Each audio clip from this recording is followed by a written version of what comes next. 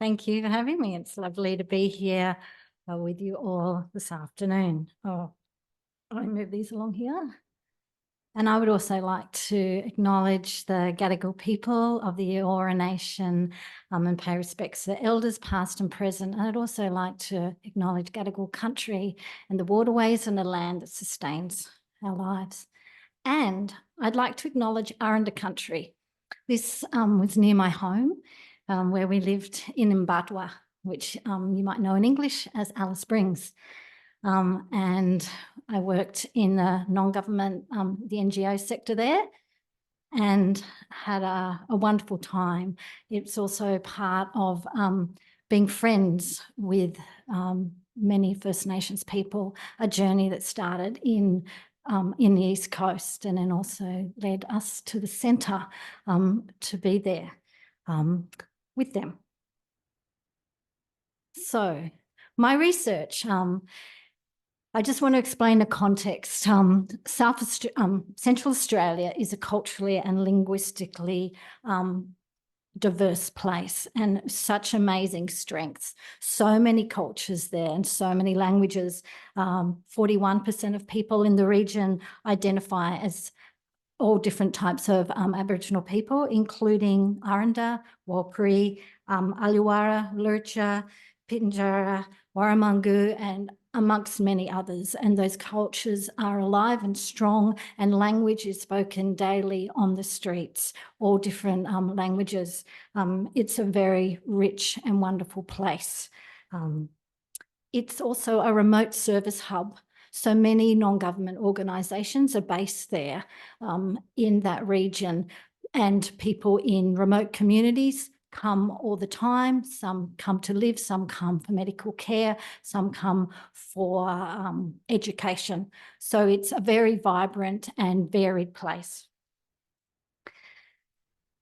The research significance of this study is that one of our ways of including people in our economies through employment. But in our Closing the Gap statistics, employment is one of those areas that's not moving in the right direction for remote Australian Aboriginal people. In fact, it is going backwards. In our last study, the between 25 and 65-year-old cohort, non-Indigenous people in Northern Territory, 82% of those people are employed, whereas Indigenous people, only 34.4% are employed. And given that 41% of people in that space are First Nations people, that creates a lot of difficulty. And that is represented in the non-government services. So that lack, that difference in employment means that when Aboriginal people are employed, they're often at lower status jobs. They're not at the table around many of the decisions that get made around the service delivery. So I used to regularly sit on a group that looked at domestic and sexual violence, and almost 99.9% of the client group that we were talking about were First Nations people. There was never a First Nations person at the table in those meetings, because they were not in those positions where they got to be at those meetings. And that happens regularly in every sector. So that's why I wanted to address this with research that says, well, why is this the case? How do Aboriginal people become included in services? Because these services are not just non-government organisations that are mainstream, that also includes Aboriginal community-controlled organisations. And the research really wants to question the dominant Western paradigms that exist in those service systems. So the theoretical frameworks and methodology we're drawing on in this, firstly, I'm using critical theory, looking at ideas of recognition of what is recognised, looking also at the life world and the system, the life world, and I've framed the idea in Central Australian Aboriginal life worlds, and looking also at the systems clearly that are happening in non-government organisations, drawing on ideas of voice and dialogue. I'm also drawing on First Nations knowledge systems. So I've mentioned 3 there. Now, as I spoke about before, it's a very culturally diverse group of people. There are a lot of crossovers in these different knowledge systems, but I wanted to honour the fact that all First Nations communities are not the same, even within Central Australia. So I'm drawing on a writer from the Walpuri community, an Ananu writer, and also an Aranda writer. What is similar about these knowledge systems is that they're place-based. They're collective theories and they're practices of well-being and order. So they're theories about what it is to be well and how our community functions. They're inclusive of people and the environment. So that includes all plants, landforms, creatures. The environment is incorporated into the skins of First Nations communities. So the mountain has a skin name. So mountain is family. The tree has a skin name. A certain person is responsible for that country, for that tree. When you harm that tree, or that person is not able to be healthy and well. The other thing that's really similar about these is they're all non-hierarchical and they emphasise the interconnection between all the elements of that life world. Now, all of these writers know that culture is not stagnant, but they're all write about them as a way that they want people to listen. This is how our community is going to be well. This is how order is going to be restored. They know that colonisation has come and colonisation is there, but there is a cry to listen to these life worlds, to these knowledge systems, because they hold strength and power. So my interview worked with 18 First Nations employees from Central Australian NGOs. This involved 21 conversations. I used narrative inquiry and deep listening, which Dadiri is a strategy of deep listening by Miriam Bevis up in the top of Northern Territory, but very similar ideas of listening in many First Nations communities. Then I used thematic analysis. And then once I had those themes developed, I took them back to the participants and got feedback on, had more conversations about how does this sound to you? Does this resonate with you? Am I on the right track? All the pictures are from Central Australia because I wanted to help you see country. So I have four main areas that I've kind of divided the themes into. So the first one is recognition, respect, and voice. So recognition comes up a lot around recognising our life world. The themes of country, of law, of language come up regularly, and kinship systems. There is a lack of recognition of kinship systems. Almost every participant talked about when I have to go on sorry leave, when I have to go to a funeral, when someone dies, I have to renegotiate with my employer because they say, were they a close family member? It's my mother's brother. That's like my father. It's my mother's mother. That is my mother. But a continual misunderstanding, even in Aboriginal controlled community organisations where the HR person has not been well briefed in Aboriginal kinship. So that happens regularly. The idea of respect comes up. One of the participants talked about she'd just come from a meeting with her boss. She'd had a week off because of disrespect that she'd experienced. Now, this is in a great organisation where all university trained social justice people are there, and she's talking to me about, I'm human. We feel these things too. The level of disrespect that she had felt, and the people who delivered that disrespect are just like us, and I don't think they realised they were doing it. My next section is work and well-being. Lots of stories about support and what support means. Support was described as actually truly understanding my circumstances and catering for that. Family is a core idea, a core way of functioning in First Nations communities. But that family is in the context of all of those closing the gap statistics that surround their life. So understanding that Aboriginal employees are tending to live in very large houses because of housing crisis. So they do have to wait in a line in a shower for 10 other people before they get to work. So the snide comment that they get from their colleagues about late again doesn't feel very respectful.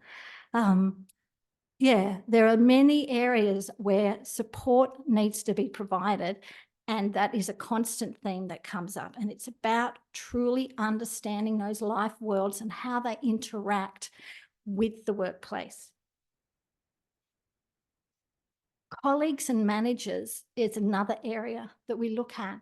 And one of those big ideas in this is teamwork. Teamwork is absolutely fundamental to a collectivist way of working.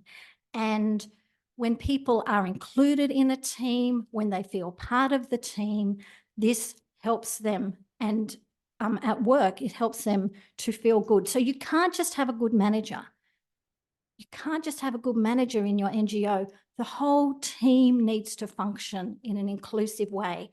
And it is fundamentally different to the way that many of us go about our work as isolated individuals getting our tasks done. And the final theme is an employment journey, learning journey. And this is really interesting because it really puts at risk our jobs here at the university, because it challenges how we learn about work and how we learn to do work. Most, I'd say all of the participants I spoke with did not go to university. Oh, no, one person did, but she did it later in life. So the employment journey starts when you go to work with your grandpa and you just learn about a workplace. So many of the stories where people were employed, they told stories about going to work and being involved in a work environment as young children in Aboriginal, at the CLC office or something like that. So it's a completely different approach. Having a workplace that welcomes people's children into your workplace is important. It's not just being family friendly. This is part of our curriculum. Another really interesting thing that, and my final point, is the concept of napaji. So that's a Pitjantjatjara term which is about exchange and reciprocity. Napaji, many of the workers spoke about how what they learn at work, they use at home. And when I say home, I'm talking about a very large extended family home, about community. It takes what the NGO is doing right back into the very heart of the community where that NGO actually would not be able to access by educating and resourcing the individual worker in the NGO. But the exchange and reciprocity is that the ideas and all the knowledge that that person brings back into the community, from the community into the NGO, also enhances that, enhances what the NGO is trying to do. But there needs to be some flexibility there, because we can't just continue to take from people when their life requires that support that they are asking for. So yeah, I'll end it there.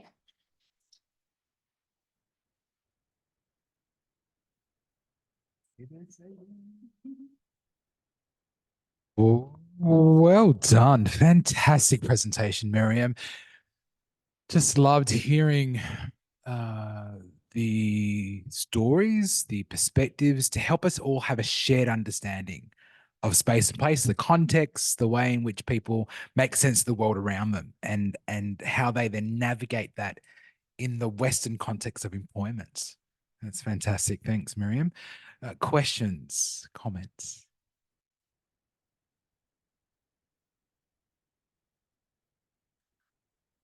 Okay, I'll go over here first.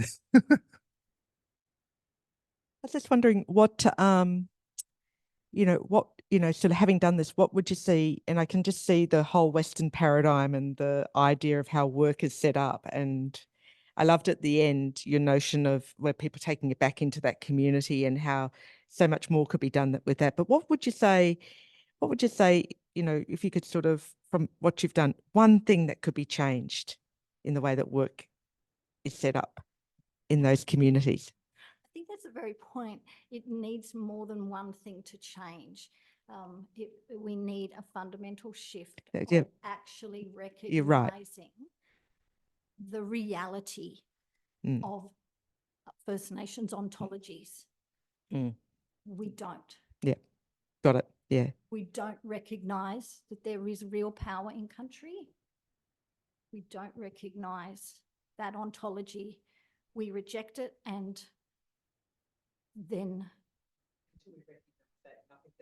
if we don't believe that that's real, it's felt. Yeah, that's great. Again, a reminder for people that's joining us via Zoom online, feel free to use the chat for any questions that you might have for our speakers.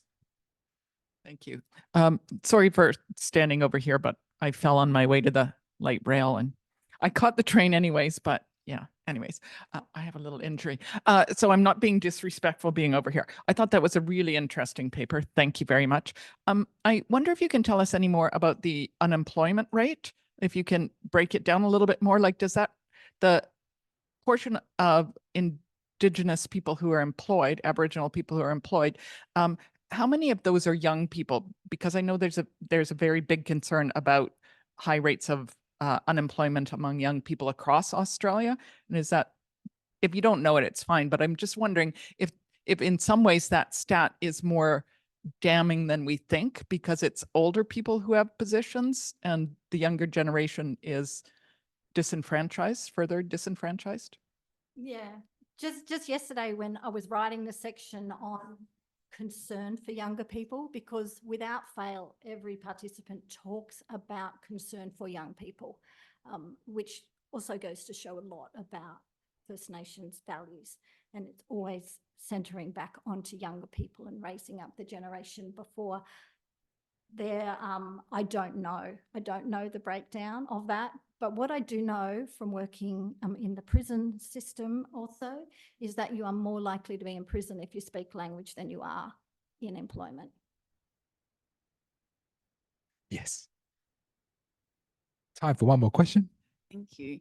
Thank you, Miriam. That was a wonderful presentation. I've just got a very quick little question for you. Out of the people you interviewed and the different organisations that they were working for in Central Australia, I'm curious, with those organisations, was there a variation in what they were like to work within for First Nations people, or were they all terrible, or, or have you kind of, how do you describe that? Yeah, the 10 minutes doesn't really let me, in work and wellbeing, I have two themes, like multiple themes, but one is about work as a place of harm, and work as a place of healing. Yeah. There are some beautiful organisations out there, and Good. people attribute their health and their very life to that workplace. Great. People have Okay. said they were going to kill themselves and they didn't. They were alcoholics and they are now better. So a workplace has a lot of power, Yeah. and it also has a lot of power to do a lot of To do harm, Yeah. which probably also talks about the unemployment rate, Yeah. because people are just not going to Yeah. stay if it's harming them. Yeah. Okay. Thank you. Thanks. And I know Professor Godwin wants to say something.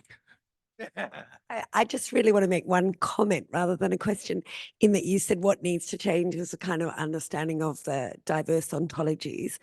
But I really want to thank you thinking through research as ontological politics, because your presentation today has cut my world in a sense by introducing ways of thinking about employment that I hadn't been exposed to before. And even that is a real intervention, just that introduction of other ways of thinking.